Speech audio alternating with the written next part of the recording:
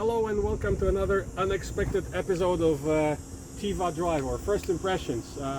We have our friend Michael here, professional journalist, much more professional than us, but he called us at the last minute to tell us that he has two exciting vehicles. One of them we drove recently, that's the Audi SQ6, but here for the first time ever is our chance to actually drive a Caddy, an electric Caddy. This is a Cadillac Optiq. Very popular car. So the size-wise, they're very similar, almost identical. Caddy is slightly longer, the Audi is slightly taller. They are not priced the same though, because this SQ6 is priced at 101 grand. It starts at the 101 plus options. This Caddy is actually 63 grand or 71 as equipped right now. Specs-wise, it's kind of closer to our Q4 because this is 300 horsepower all-wheel drive. The model is called 500e4. The 500 is for the torque figure. So 300 horsepower, 5.9 seconds. So in terms of the specs and price, it's closer to our Q4, but it's actually sized like the Q6. So you already saw the interior. We have a video of the interior and walk around of the Q6. So we're just gonna jump in to compare the space in the front seat and the back seat of the Caddy. Okay, so let's jump in. There you go. Beautiful blue interior. I love this. I love this blue. Nice blue leather. So the bells are gonna be ringing anyways, unfortunately. So I am in a pretty comfortable position right now. The dashboard is very similar to the Equinox on which it is based. You have the fixed glass sunroof, but you do have a sunshade, electric sunshade, to cover it up, which is nice. We love that. We don't like cars with panorama roofs without the sunshade, just like the A6 e-tron we just drove. Okay, so let's jump in the back seat and see how the back seat space looks like. All right.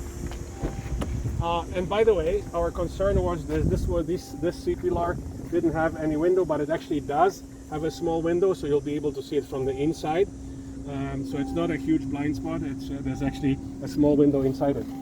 So here I am in the back seat now, and it's very spacious. So the space-wise, it's the same, if not more, than the Q6. Actually, headroom is not spectacular. I'm almost touching. Yeah, I am touching the sunroof here. Not the sunroof, sorry, the roof right here.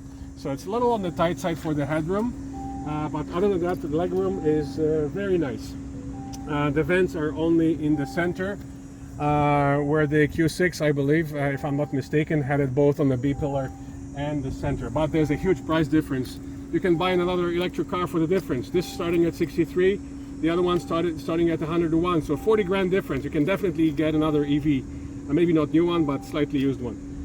Okay, so let's look at the trunk space. And again, we've looked at the trunk space in the Audi before. We're just gonna pop the trunk open before it has the intelligent gate, just like the Hyundai Kia used to have, which means you approach it and it opens for you. They don't have the foot swipe. Nobody wants to do this foot swipe anymore for some reason. But anyway, sorry, I'm just gonna show it to you. So it's only a 40-60 split. It's not 20-40-20 like in the more expensive models. And there is some storage space for cables for you in the trunk. And the trunk is very similar size, if not maybe even slightly longer, because the car itself is slightly longer. Not by much, but it's slightly longer than a Q6.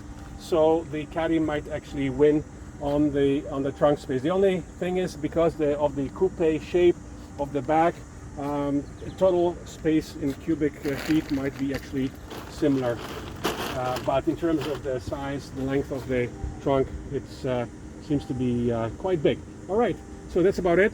We're gonna jump inside. Let us just show you the charge port. Finally, a very important part. The Audi, of course, has dual charge ports, which is a phenomenal option. But even if you spec out the base Q6, the base Q6 is actually cheaper than the A6. The base Q6 starts at 80 grand, still more than this Caddy. The Caddy, as we mentioned, starts at 63, and the base Q6 starts at 80,000, and the horsepower is 384, so slightly more than this Caddy. The charge port on the Caddy is here at the front driver's side. There you go, and it's an electric door. And there you go. It's still a CCS. However, the Optiq, and Mike, correct me if I'm wrong. We read somewhere that Optiq will be the first one. The 2026 Optiq will be the first one equipped with Tesla NACS charge port For Cadillac. for Caddy. That's it. So that's gonna be the first car in the Cadillac lineup to have to be sold with a NACS Tesla charge port.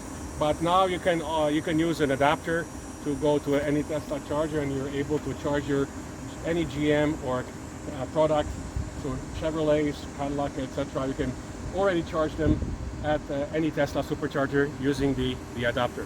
So that's about it for walk around. We're just gonna jump inside and give you impressions of our first impressions of the ride inside the Caddy. Okay, so we are inside the 2025 Cadillac Optiq. It's the one below the Lyriq. It's based on the Equinox, where the Lyriq is based off a Blazer EV. And so basically, as we mentioned to you just outside, we're following our friend journalist Michael in a SQ6 that we reviewed before. This is a phenomenal deal because it's sized like the Q6 e-tron, but it's actually priced and spec-wise is similar to the Q4, except it's much larger. So it's a phenomenal deal, starting at 63 grand. As equipped, it's about 71, and basically most of it is standard, including the Super Cruise. Super Cruise, it's included for 3 years right now on the Optiq. So the glass roof is standard with the sunshade, which is phenomenal as well. So it has a lot of standard equipment for the money. 63 grand it starts at, which is basically below the Q4 price, because now the all-wheel drive Q4, which is similar in specs to this Optiq, starts at 67, and this is 63 grand, so it's actually 4 grand cheaper than the Q4, and it's sized like a Q6. So it is a phenomenal deal. 300 horsepower is nothing to write home about, but this is exactly what we have in our Audi Q4. It's 5.9 seconds compared, which is identical to our Q4 50. The new 55 is 5.7 seconds, so slightly quicker because they gave it 335 horsepower instead of our 300 horsepower. But the basic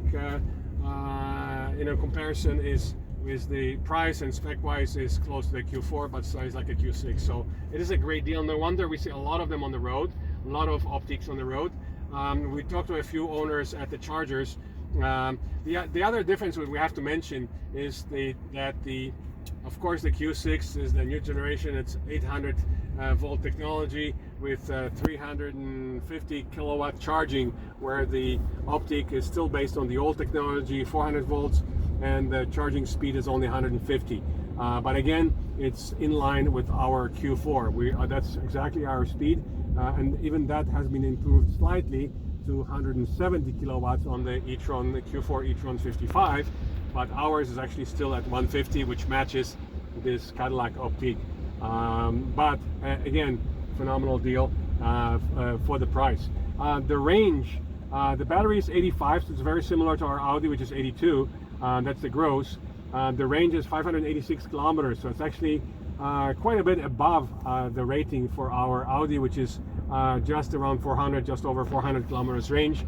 And based on our testing, to get the over 400 kilometers, you have to drive very carefully in the efficiency mode. Here, we're gonna let you know once we get this car for a full week of testing. We're gonna do the range test, of course, for you, and then we'll let you know what the result will be, what the realistic range is.